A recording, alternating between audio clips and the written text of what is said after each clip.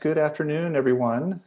Welcome. We've still got folks filing in, but we'll get started given the limited amount of time we have together.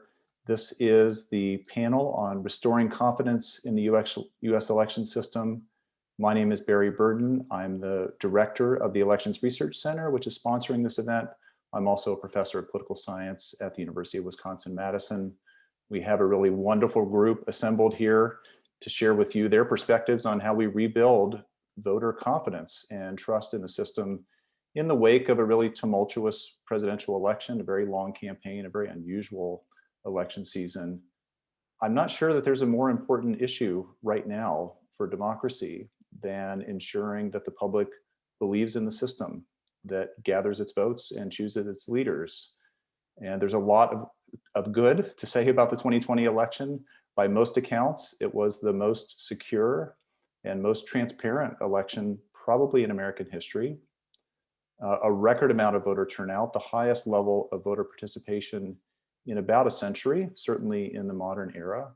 And this was despite the challenges of the COVID pandemic, a lot of harsh rhetoric about the election system, record amounts of litigation, lawsuits both before election day and after, and some really disparaging things said about our election officials, including some threats on their public safety.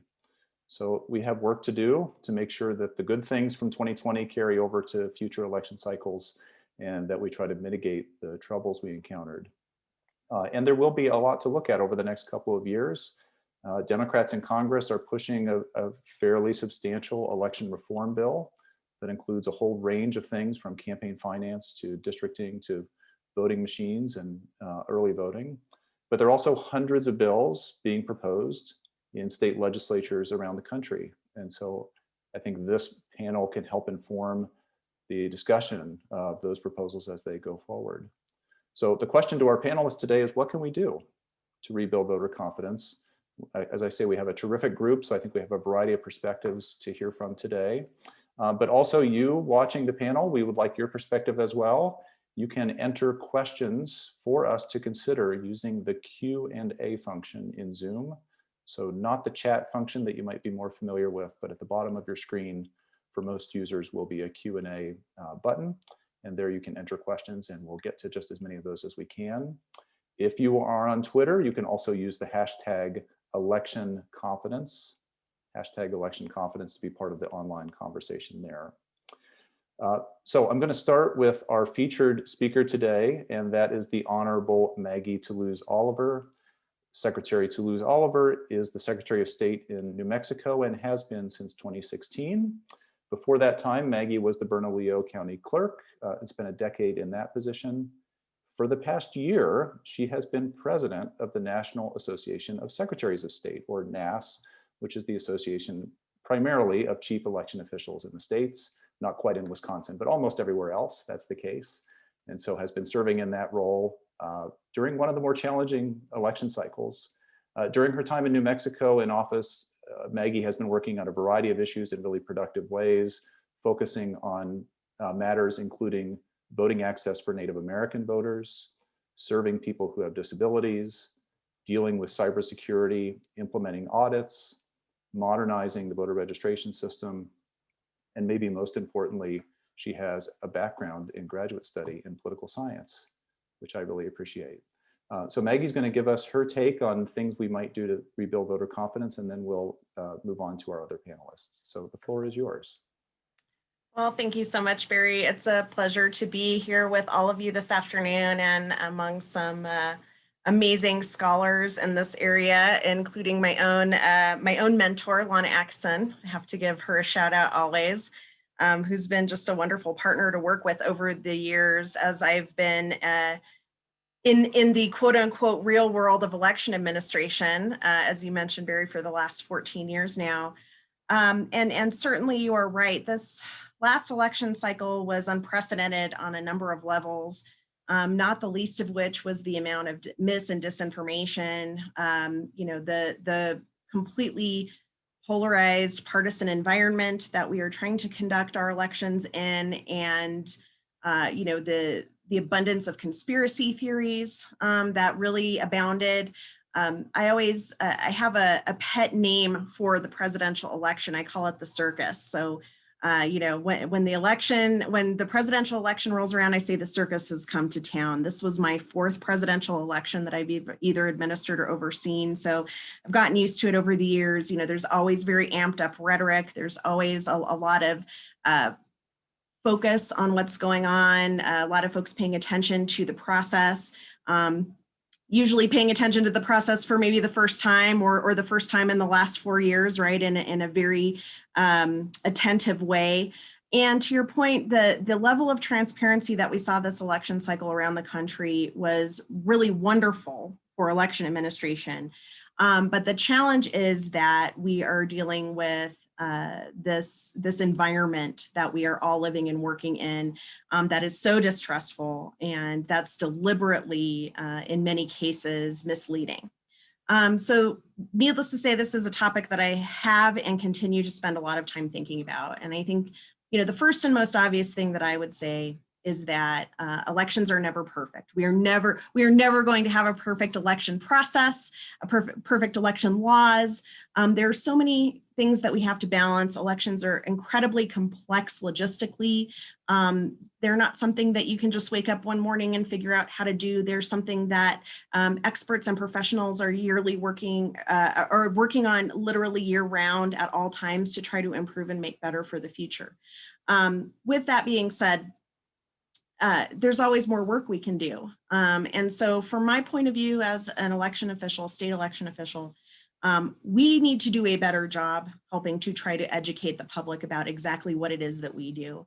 Work together with the media, work together with our academic cohort, right? And try to do everything that we can do to try and make the public more aware of all of the processes and pieces that we have in place to make sure that we have fair elections, to ensure the integrity of the voting process, to make sure that ballots are counted correctly and accurately post-election audits like we do in New Mexico and many other states, to ensure the accuracy of those election outcomes.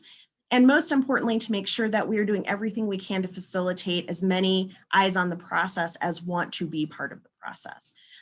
So this is just a handful of the things that we are starting to talk about and having ongoing conversations about amongst election officials around the nation. But certainly taking part in a panel like this is not only informative for me, but for the rest of us as well to continue to sort of build our toolkit in terms of how we try to improve voter confidence in the future. The last thing I'll say, and unless there are questions down the road, is I totally agree. I think this is probably the most important issue that we are dealing with in our democracy today. And it's something that I'm personally very committed to and really pleased to have this opportunity to discuss with all of you. Thank you. Thank you, Maggie. Really appreciate that. We are definitely coming back to you in the hour, so hang tight, but we appreciate that opening perspective. We're now going to move in a more rapid fashion through the professors on the line. And up first is my colleague, David Cannon, here in the Political Science Department at UW-Madison. David is an expert on redistricting, the role of race in voting rights, and has written numerous articles on election administration and its effects. He's also editor of the premier journal in this field, the Election Law Journal. So welcome, David. The floor is yours. Thanks, Barry. It's good to be with this group of great scholars and practitioners of election administration. So I'm going to focus my comments on something that's a pretty hard area to find some sort of substantive contributions to make, and that's in the area of bipartisan compromise on this topic, because this is a very polarized issue, obviously, that the two parties are going in opposite directions when it comes to election administration.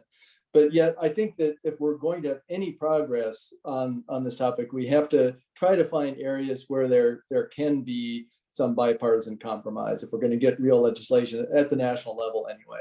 Because HR 1 is not going to pass the Senate. I mean, even if they get rid of the filibuster, which I think is unlikely, they're not going to be able to pass HR 1 the way that it's the broad scope of it right now. I don't think they'd have all 50 Democratic votes for that. So where is there room for some kind of compromise?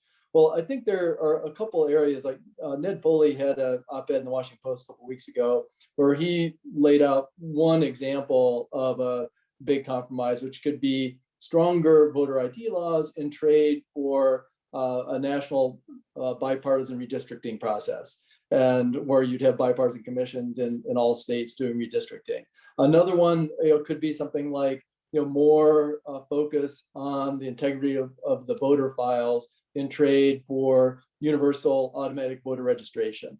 And so there could possibly be some room for, you pick up 10 Republican votes maybe for something like that, that would be, picking, one or two issues at a time, rather than a 780-page bill that's a liberal wish list of everything that Democrats have always wanted to do on campaigns. And so I think that's a more realistic approach, is to try to think, big important issues, but what can you potentially have a trade on? And then another thing, two other things too, I think that can leave some room for finding some common ground are, some smaller issues where the parties actually are in agreement. Like here in Wisconsin, there's one I think that actually could happen even in our polarized state. And that is to change our ridiculous state law that makes us one of the 4 states in the country that doesn't allow any pre-processing of mail-in ballots. And so that led to this, huge problem we always have of, especially in this election, where we had a record number of mail-in ballots. You're trying to process these hundreds of thousands of ballots, starting on election morning, which is just ridiculous. And so I think Democrats and Republicans agree in Wisconsin that needs to change. So there may be other examples of that in other states as well, where there could be some smaller issue where the parties can agree. And then finally, one thing I would throw out there too, that I would hope that the Republican-led states would recognize there's another category of election laws that really don't need further attention. And those are things that were really very much COVID specific. And just to give one example that, again, from here in Wisconsin, where the state legislature is looking at an issue that has come up because of COVID, and that was the indefinitely confined voters that mostly had been people in nursing homes, and they had a different voter ID requirement than other voters for mail-in ballots. And so now the Republicans, because there were some people who took advantage of that law to not have to show a photo ID because they defined themselves as indefinitely confined because of COVID, they're trying to crack down on that now. So that I think is a big mistake, because we don't want to sort of overplay the reaction to COVID. And there are plenty of other examples like that, mail-in voting being the biggest one. But if this was more of a one-time thing that was COVID specific, don't go crazy in trying to adjust laws over something that hopefully is not going to happen again, at least at that scale. So I'll stop there and look forward to all of your comments.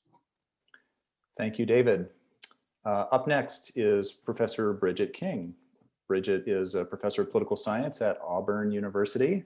She's also director of the Masters in Public Administration program there, and is affiliated with the Elections Center, which does a certification program connected to Auburn.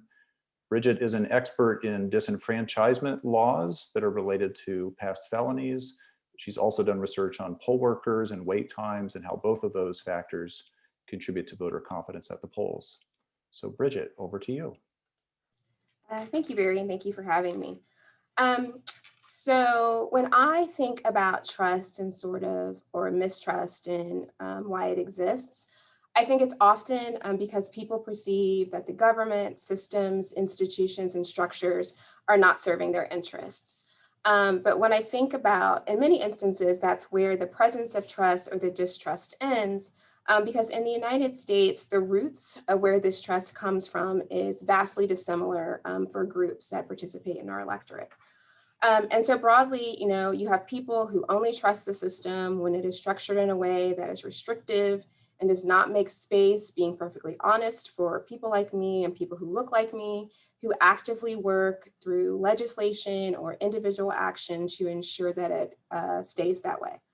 And so when that system produces outcomes that don't align with who they believe has legitimate political power and the authority to exercise that power, or when the system does not, I'm sorry, I wrote my notes and I'm messing up. people who are deserving of that power are in a position to exercise that power, they rush to limit enfranchisement and make it harder to participate through legislative and individual action. At the same time, though, you also have people in this country who time and time again, since the founding of the nation into today, find themselves on the receiving end of efforts that have the explicit intention of working to diminish our political power and ability to fully participate in this thing we call American life. And so when we talk about what to do, while sort of the administration of elections can perhaps be characterized as apolitical, I think we need to acknowledge that the rules that structure democratic processes and their intentions often not. And so in acknowledging that, I think that actually leads us to another question, and that is, what is it exactly that we want people to trust? Do we want people to trust or believe in a system that is only functioning properly when it produces outcomes that they like? And I think that it's worth noting in the context of 2020, we're talking about selective outcomes in races that were perceived to believe matter more than others. But I think generally we would agree that the answer to that question is no. Alternatively, do we want people to trust in a process that has been administered fairly regardless of outcomes? Yes. But I think that requires us to acknowledge and push back against efforts that work to undermine an electoral system that is inclusive. And yes, so obviously administrative fixes are important. But I think what we have seen and will continue to see is those components of the process that are often used, and in many states, if we think about 2020 in response to COVID, have been used for decades to enfranchise voters. Components of the electoral process that we perhaps take for granted can, with some degree of ease, sort of depending upon in the context or the state in which it's happening, be reduced and eliminated. And so I think one thing we need to do is have an honest conversation about what has been done and continues to be done to voters in this country, often through the lens of producing some sort of honestly legislative compromise, which limits the ability of certain populations to participate and adopt a legislative and administrative fixes that will limit the ability of this cycle to continue to perpetuate itself over and over again. Thank you, Bridget. We're just going to keep moving along. I promise there'll be time for discussion and Q&A after we get through all the presentations. But in the interest of time, we move ahead to Professor Charles Stewart. Charles is a professor at MIT and also director of the MIT Election Data and Science Lab. There he is overseeing numerous projects related to elections and election administration, including the Healthy Elections Project with Professor Nate Persily.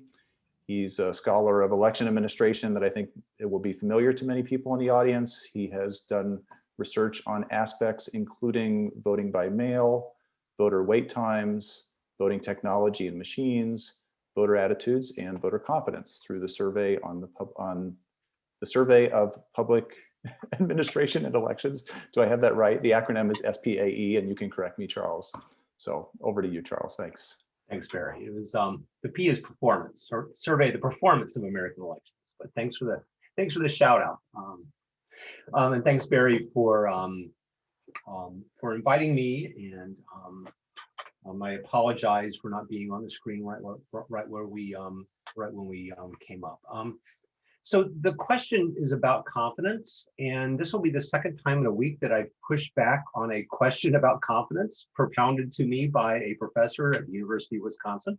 One is on my left of my screen and one is on the right of my screen. You can guess which one those are. But the reason I'm pushing back is already, I think, been alluded to by both Bridget and by David. And so, and that is that confidence is a funny thing, and it's a word that's bandied about in elections, election administration. Excuse me. But when you talk to voters about what makes them confident about government or about elections, they tend not to answer with the things that experts like us, or particularly activists in the political space, talk about. So I like to just note that from my research, it seems that there's two things that make people confident, at least in the election outcome, things that drive variation in that confidence across individuals and across elections. One is the actual experience they have when they vote. Do they wait short lines? Does equipment work? The people friendly to them when they would go to vote?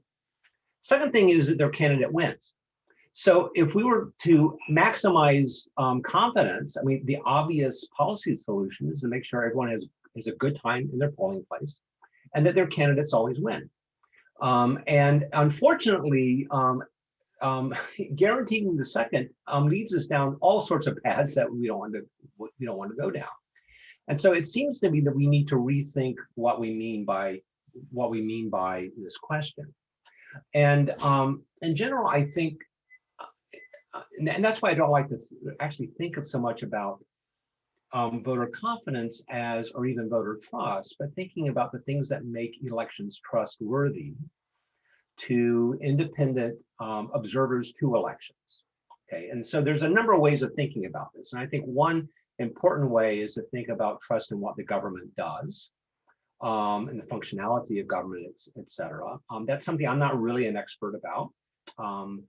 And I think others on the panel are better suited for talking about that at a general level. But I think in terms of elections and reform and the things that we might do, the best we can hope for is not so much ensuring large amounts of trust, but imagining that we have a trustworthy election. And for people who might wonder about the distinction and why that's important, I would just ask you to think about this last election, where despite all of the especially misinformation, disinformation being thrown out after the election, the fact-based parts of the election system held. Judges, regardless of their party, election officials, the fact-based media, civil society held because they had evidence that the election was a trustworthy election. Imagine what Georgia would have been like if they still had direct recording electronic voting machines.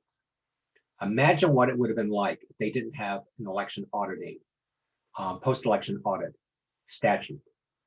That would have undermined the trustworthiness of the election. And we might be having a very different sort of discussion tonight as a consequence. And so it strikes me that the best that we can do, at least in the short term, is to think about the things that make elections more trustworthy, and think about audits and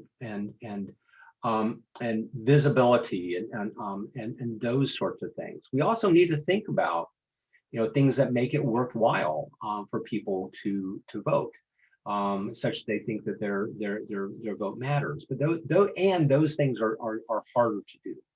And so in the interim, I'm focused on things that make it, transparent to the world, people who will listen to reason, the people who we try to educate and try to really influence in our work, will convince them that elections were trustworthy, came out right, and that if you lost, the important thing to do is to live to win another day. So thanks, Barry. Thank you, Charles. Moving from political science to law, my colleague Rob Yablon is up next. Rob is here at the UW-Madison School of Law. He is a former Yale Law School grad and clerk for 2 Supreme Court justices before coming to UW-Madison. He's a scholar of voting rights, of legislative redistricting, campaign finance, and other aspects of a course he calls the law of democracy. So welcome, Rob. You are up. Thank you, Barry. It's great to be a part of this discussion. I think that others have already alluded to the fact that trustworthiness might be a little bit hard to define. It's a multifaceted problem. By the way, someone has just started operating some heavy machinery in the background somewhere here. Hopefully you're not hearing that. I don't know if you are or not. I'm hearing it. I'm going to just try to keep going. I think that, as Charles alludes to, when we think about distrust in elections, we would maybe all trust elections more if we always won. But one of the indicia of trust or lack of trust is, are people willing to accept the results, including the legitimacy of their defeat? And that seemed to be one of the distinguishing characteristics of this election was the unwillingness of so many individuals to accept what sort of the facts were leading them to. And I think that that's symptomatic of broader forces that are at work in our politics, including deep polarization. And that may intersect with our media ecosystem, the echo chambers it produces, the pathways that it provides for false information to spread. And it may also intersect with broader distrust in government more generally, and maybe the failures of government to produce responsive and effective policies for people, social inequalities and dislocations that people are feeling. All of that, may feed into an us versus them zero-sum conception of our politics. And if we truly want to address distrust, well, it's important to make sure that we're administering elections well. And David and others, I think, have important ideas for how to do that. We're probably going to need to think bigger. And so as the one law professor on this panel, I guess it makes sense to talk a little bit about legal institutions and institutional reform, and maybe a bit about courts as well. And in terms of institutions, I mean, if we think beyond electoral administration, building trust might include things like redistricting reform. Again, it's something that's going to be a hot topic in the coming year. When you have politicians that are drawing their own district lines, that sort of self-dealing feeds cynicism, I think, among the electorate. And that kind of cynicism, the idea that the government officials are out for themselves and not for the public, I think that's the sort of policy that breeds distrust. And if you have nonpartisan reform, if you have pushback against partisan gerrymandering, I think that's the kind of reform that can make a difference. I would also put ranked choice voting in that category, a reform that's getting a lot of momentum across the country, a kind of reform that may do at least a little bit to take the edge off of some of the extreme partisanship that we're seeing, that will help ensure that those who might have the vocal support of a plurality, that they can't translate that into actual election. And it might mean that there's more moderation in our campaigns and in people who ultimately are getting elected. Now, as far as courts, I think, again, others have alluded to this already. The courts in 2020 satisfied sort of the minimum threshold for an independent judiciary. They did play a helpful role after the election in not giving additional oxygen to some of the baseless claims of fraud that we saw. They didn't, overturn the results of elections. But you might hope that courts would do even more than that, and to try to build trust in elections, to push back against efforts to restrict voting rights, for example. And I think the federal courts are unlikely to do much on that front. I mean, in the run-up to the 2020 election, we saw that the federal courts had largely a hands-off approach, turning away lawsuits that sought to improve voting access. We know that the Supreme Court has checked out on the partisan gerrymandering front. We may see in the coming months the Supreme Court weaken to some extent the Voting Rights Act.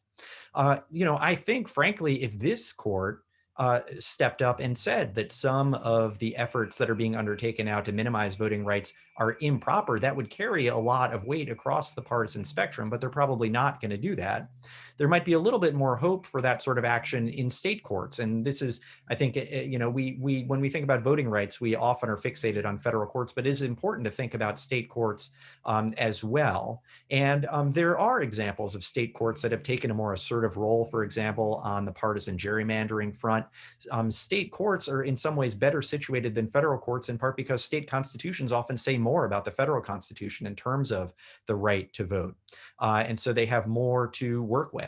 And litigation, I think, we're not going to litigate our way out of distrust in elections, but it can be an effective venue for presenting and testing evidence about claims. Is a law actually necessary to prevent fraud? Is it actually going to improve the confidence in elections? Well, let's hear some evidence and offer reasoned arguments on that score. And so to that extent, I think that litigation could play a helpful role going forward on this subject. But I'll leave things there for now.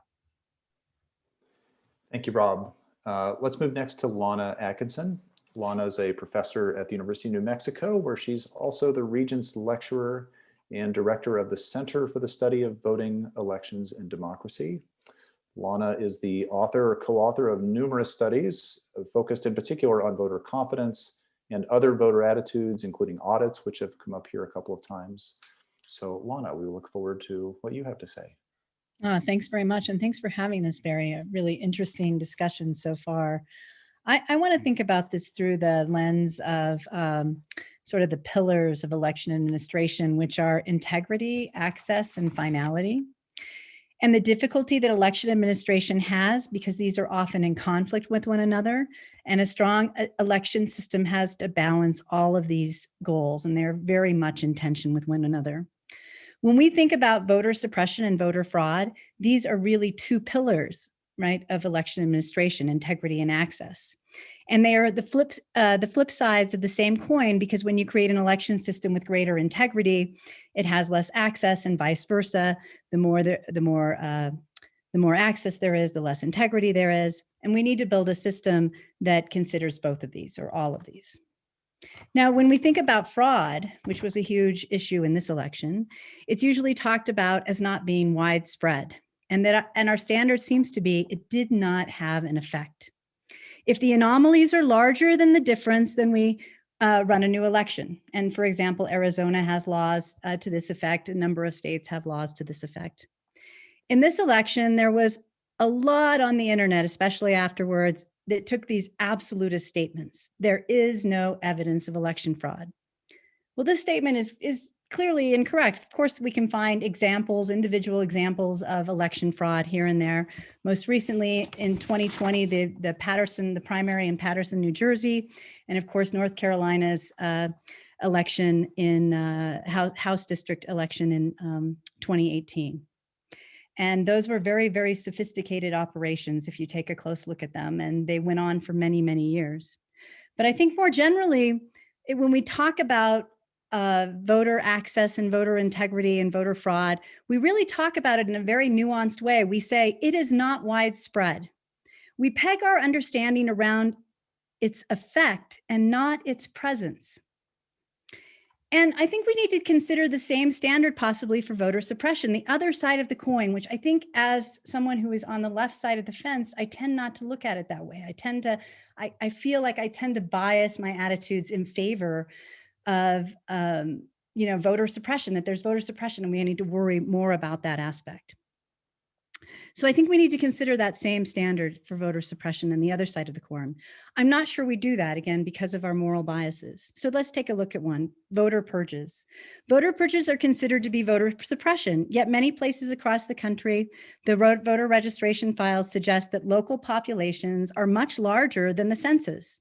Having dead voters on the rolls and voters who move remain on the rolls increases access. It does not increase access, it reduces integrity. The problem is, of course, that purges sometimes purge eligible voters. There is no question there, but does that mean that we should never purge the file? Is that voter suppression? If you talk to election administrators, they like having clean files and they like having integrity that comes from clean files. And actually, I've asked questions on surveys about this, and the public says they'd prefer clean files to dirty files, even if some people are unregistered who shouldn't be. But has voter suppression changed the results of an election? Well, in recent years, the left argued perhaps most aggressively that voter suppression was a very prominent reason why Senator Kerry lost Ohio and the election in 2004.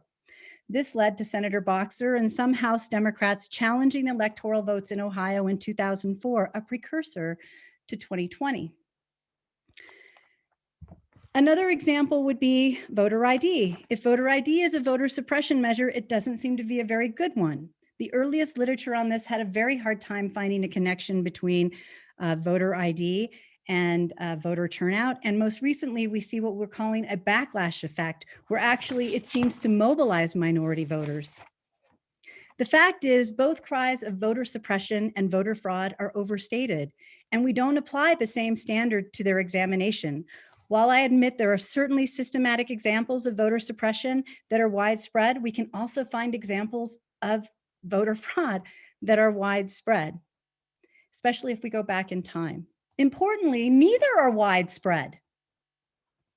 if we define widespread as making a difference to the election outcome. So in my opinion, integrity and access are both important to the election administration, and we need to carefully consider our definitions and how we apply them and consider equity in these measures. And that will go a long way, in my opinion, to bridging the gap between conservatives and liberals and help create opportunities for conversation to ultimately obtain greater system level of confidence in the system. Thank you, Lana. Let's move on to our final speaker, and then we'll get to some questions. Last up is Emily Beaulieu-Bacchus. Emily is a professor of political science at the University of Kentucky. She studies mostly politics in other countries outside the US, but has also contributed studies of corruption, perceptions of corruption, election fraud, and fairness in the US.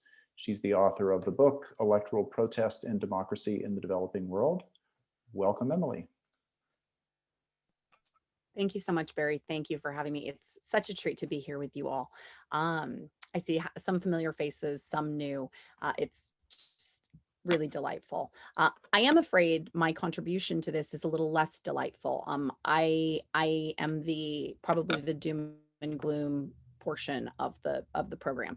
I want to echo a couple things that have been said with a slightly different emphasis, and that is just that partisanship and polarization both work to undermine confidence in elections. So regardless of what sort of administrative fixes we can come up with until we really come to terms with these issues of being in a polarized political environment with such strong partisan attachments, I think we're going to continue to face challenges. And so what I want to highlight in terms of partisanship that actually does go back to my broader area of expertise in elections and concerns about election fraud around the world has to do with the role that elites play in shaping voter perception. So on the one hand, Charles rightly pointed out that if I'm a citizen, I feel better, I'm more confident if my guy won, a person from my party, for example.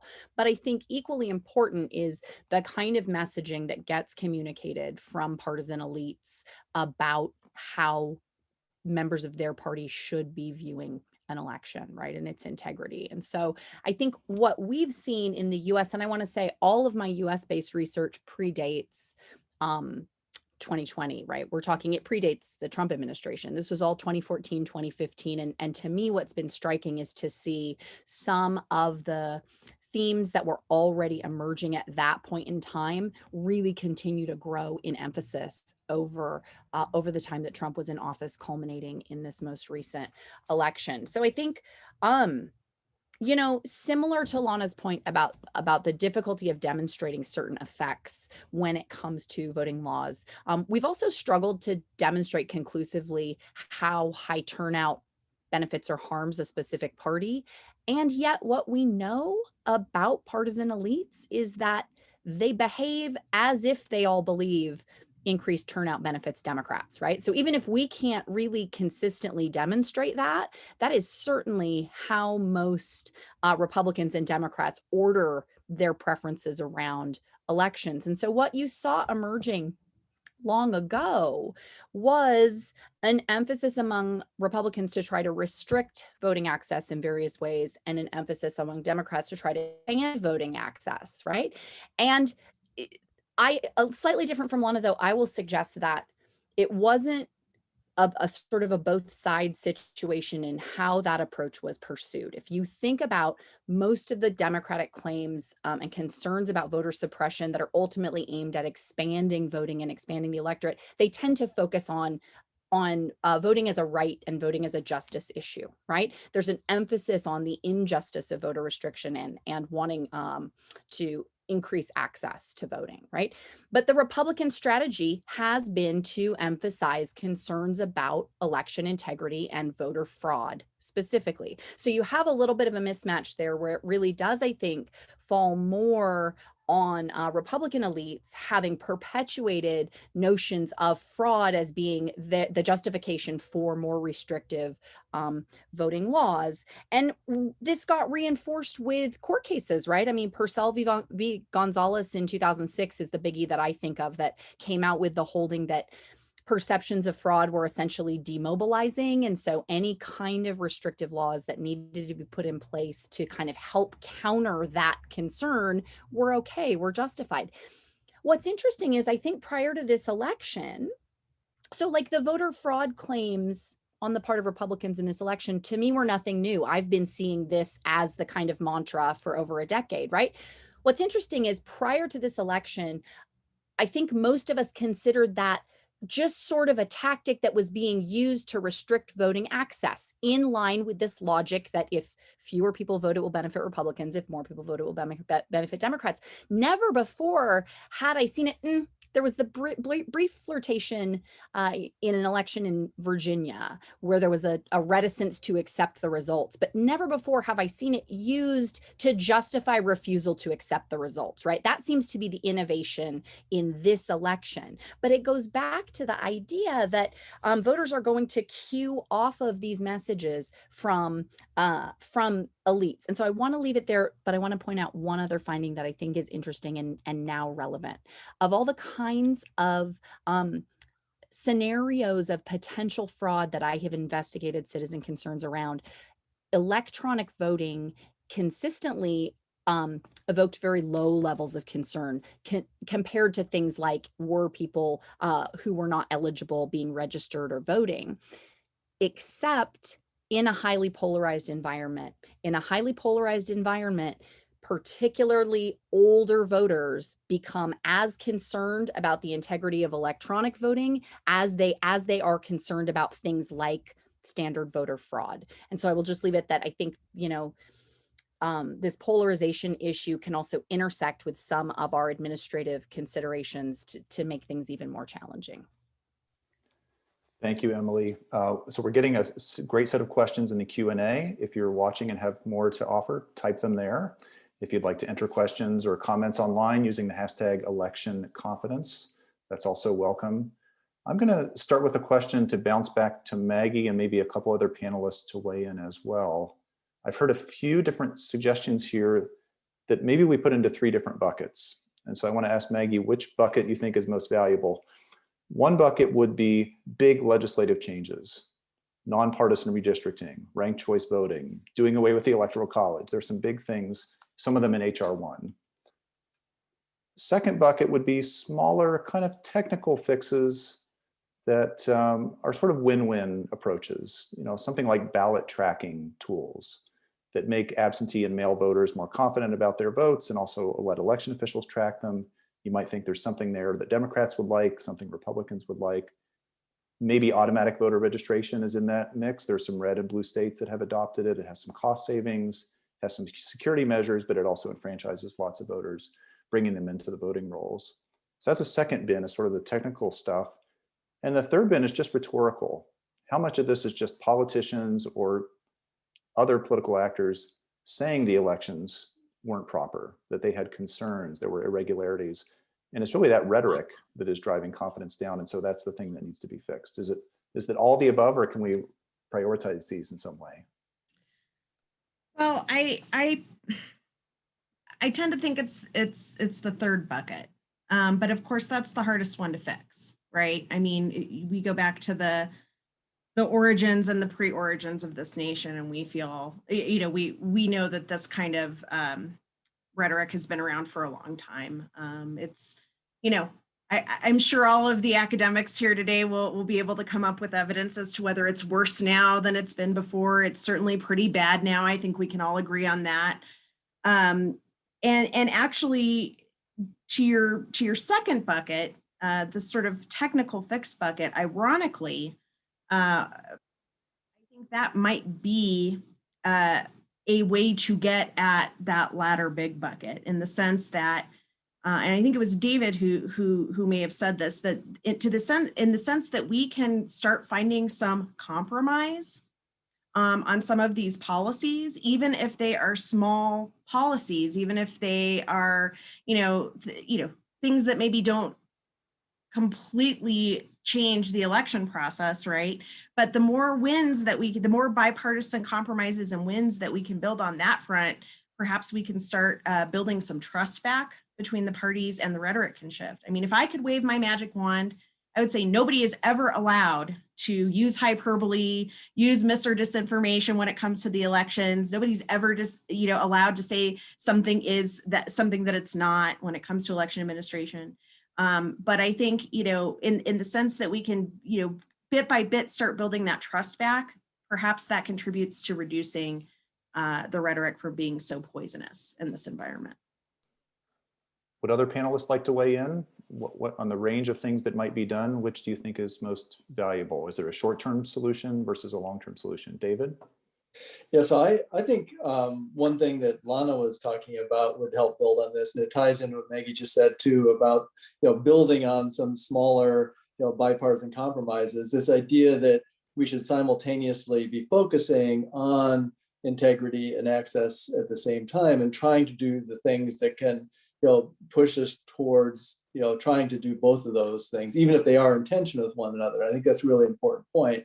But even there are some things, I think, where we do need to recognize empirical evidence that there is more evidence on the side of limiting access on some things, like keeping the voter rolls in shape and the voter purges, compared to, say, voter ID. And just one example, the attempted purge here in Wisconsin that was stopped by the courts. There was a study that came out later that showed something like 11,000 legitimate voters would have been kicked off the rolls. And so that's, you can actually see, because who was on the purge list, who actually was a legitimate registered voter. So you can see that that's just in one state and one election, you're talking about 11,000 voters. Compare that to voter ID, and even according to the Heritage Foundation's comprehensive list of voter fraud that they've compiled now for the last 10 years, and they have, going back 20 elections worth of elections, they have their 1,200 in some cases of voter fraud. I think there are 8 cases of voter impersonation fraud in the country in the last 20 years. And so to compare, the number of legitimate voters that would be kicked off the rolls, versus the people who would be prevented from voting by having voter ID laws, I think, even if we need to try to do both those things at once, I think we do need to look at the evidence of the actual impact on actual voters of those laws. Anyone else on this question of what solutions? Okay, we'll let that one hang. We could stew on that for a while. We've gotten a couple questions in the Q&A about funding for election administration. One of them raising the question of whether additional funding would be helpful to building public confidence. Would it let election officials do things like public demonstrations, explainer videos, other kinds of events that would be helpful? And what do we think about public funding versus private funding from foundations? Some of the controversies in Wisconsin and elsewhere, some of the suspicion came from private grants that helped municipalities and counties run their elections. Would confidence be higher if all the money was public rather than private? I see Maggie shaking her head. You want to weigh in first?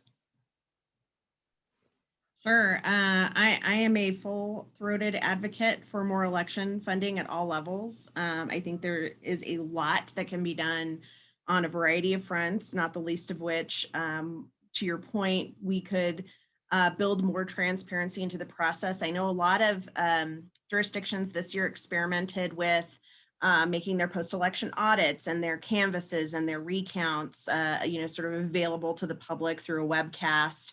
And I think to the extent that there were more public funds available to do all of these things, I mean, that's obviously the preference. I've tried to get a bill passed here in New Mexico, didn't run it this year, but in the past, to prevent private entities from funding elections outright. We do have, the occasional special election that hops up, should we be able to build a racetrack in this community, right? And oh, lo and behold, some racing or gaming company has, provided the funding to hold such an election, right? I mean, those kinds of things are clearly out of bounds, right? We should not have special interests funding elections. On the other hand, if you have nonpartisan organizations that really just care about getting information out there, we certainly took advantage of those funds here in New Mexico at the state and local level this year. So I think that's an ongoing conversation that needs to be had. Bridget. Oh, I was just going to say, I mean, obviously the answer is yes. But I also think when we talk about sort of where election administrators need resources, I mean, we talk about the equipment and the technology and their ability to communicate information with voters. But to Charles's point earlier about sort of that in-person experience, we also know that, you know, we talk about the machines, but elections are run by people, right? And so they're also, specifically, they're often on election day managed by poll workers, right? So if we think about what that in-person experience feels like, whether you're in a space that's really tiny and doesn't necessarily provide as much room and access as you would like to have to move around and facilitate voting, COVID notwithstanding, right? So the buildings that are used cost money, like the poll workers cost money. There's a cost attached to all of these elements of specifically in-person voting that directly contribute to what voters experience on election day. And so in addition to thinking about resources for technology and equipment and communication, I think if provided with more money, there would also be sort of more direct evidence that voters could experience in terms of how they experience voting and participation when they vote in person. Charles. Excuse me. Well, like Bridget, I'll start by saying, yes, of course. But, and I mean, I think we can, I'll do it on the one hand, on the other hand. On the one hand, you know, kind of the 2 times in the last 20 years where we've flirted with a constitutional crisis, I think that we could peg those constitutional crises, which really did kind of undercut confidence in the election, to the beggaring of the election administration system. And that being in 2000 with Florida voting on equipment that was antiquated, that wasn't overseen properly. And it wasn't just that equipment, it was everything else in the election administration system in Florida. It had to do with the voter registration rolls all the way down. It was turtles all the way down in Florida. And we saw that and we made a bunch of fixes in the early aughts, Suhava, et cetera, but that's one thing. And then, of course, in 2020, and I also have to say, if the private money had not come in, imagine what would have happened if the private money had not come in and Philadelphia was counting those absentee ballots by hand, or there was no place for Detroit to actually be counting their absentee ballots in a big arena. You can kind of go down the list. It would have been a disaster. So we can actually think about instances in which, you know, money does matter, but it also makes me think about not so much kind of, you know, passing another CARES Act or, you know, another tranche of $1 billion so that the election administrators will buy a bunch of stuff that then goes through the system like a rat through a snake, but to think about building excellence in the administration of elections. And what does that mean? Part of it means regular funding processes for election administration, but also part of it means building standards such that election administration is excellent, such that election officials are held to standards, such that the equipment is modern and up to date, such that the computers are modern and can just go down the list. And so it strikes me that one of the things that would be helpful for friends like from our friends like the Secretary of State who's on the call is to articulate what money would buy and to go beyond just simply, well, you know, we'll replace old Edna with not quite old Agnes, but rather we'll get some real excellence here that everybody can, that we could be like Canada. You know, we could be, you know, like a place that really knows how to run elections and really takes pride in it. So I think part of it's the money, but part of it is thinking about what that money is aimed at and how we really think about running elections as public policy. So I hear that money going towards the kind of technical fixes, that middle bucket I was talking about, things that just make the administrative apparatus run better, be more effective, and going to be more satisfying to both sides. Okay, elephant in the room we haven't quite talked about. Charles mentioned voter confidence is kind of a slippery concept and slippery even to measure. We know that voters of the losing side always show lower levels of confidence after an election. The winners, of course, find it pretty easy to be confident in what happened. So it's not surprising that Democrats think the system worked pretty well last year, at least at the presidential level. They didn't do so well down the ballot. But it strikes me that the imbalance between the parties is much greater in 2020 than in any election when surveys have existed. And that is driven largely by the rhetoric of President Trump and others on the Republican side. As Maggie said, we don't have a magic wand to make the rhetoric change in a way that would make election officials or election administrators happy. But I do wonder what we can expect from leaders on both sides of the aisle and media. Is there something that the media did not do adequately in 2020 to inform the public or to confront mistruths that could be done in subsequent elections? And you can think about this as mainstream media or social media platforms, regulation of them or their own behavior. Emily. Well, Barry, one thing I'll say about this that when Maggie was talking about this issue, I really thought of. So, I mean, there are countries that have to deal with these issues. So I think of Guyana, right, that had a long history of intense, deadly ethnic violence as part of its elections. And so some of its reforms in the early aughts focused on media restrictions around the use of ethnic rhetoric and cues, right? And it resulted in a less violent election. And so obviously we're dealing with a slightly different set of conditions and concerns that would need to be addressed, but there are instances where restrictions are placed around campaign rhetoric and what can be disseminated in the media to foster, elections that go better. So their most recent election really looked a lot like ours, so I'm not sure we can rest too easy on that. But I'm saying it can actually be done, right? There are ways to for lack of a better word, police campaign rhetoric that have worked in other contexts that have been even more consequential in terms of loss of life. Charles. I guess my response to the question is, it could have been worse, in the sense that I actually think part of the story of 2020 was anticipation by certain media outlets and the social media platforms to try to push back. We can't resolve, especially the social media platforms, of their of how they contributed to things like January 6th, et cetera. But in fairness, I mean, they did have, Facebook did have the voter information center pages.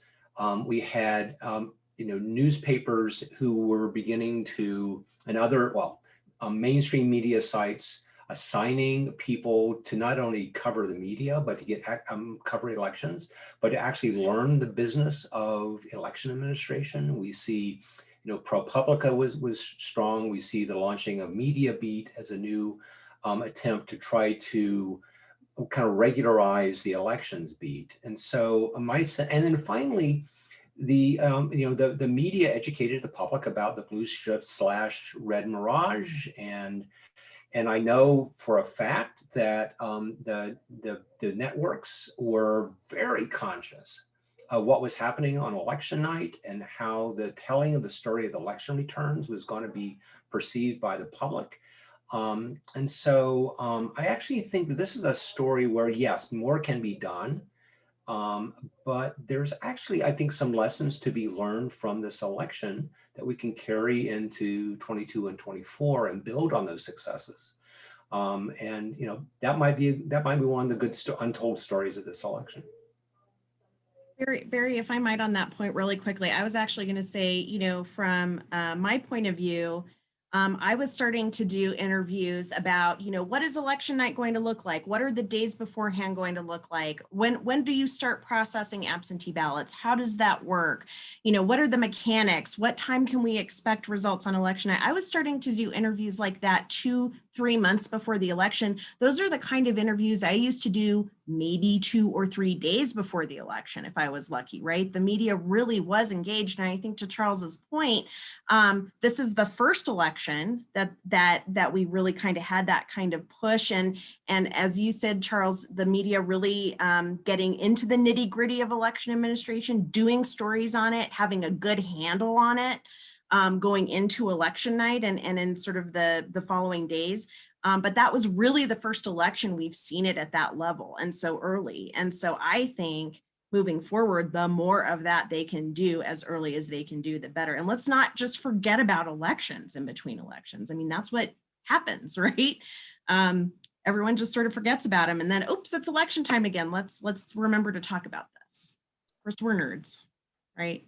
So that's what we do all the time. Well, we have sadly gone through our hour very quickly. This conversation could run for another hour or two with no trouble at all. But this is sort of a nice place to leave things. I think we've ended on an up note on things that worked well in 2020 that might carry us forward and we might build on in subsequent elections. I really want to thank our panelists. This is an amazing group to assemble online in an hour. I appreciate all of you being here, and to our audience members for sticking with us and for the questions we didn't get to. We apologize, but we thank you for your participation. Video of this event will be posted on the Elections Research Center's YouTube channel, probably today or tomorrow. You can also find it by following the ERC on social media. We will be sure to tweet out when the video is available. So thanks again to everyone, and best wishes for the upcoming election cycles. Have a great day.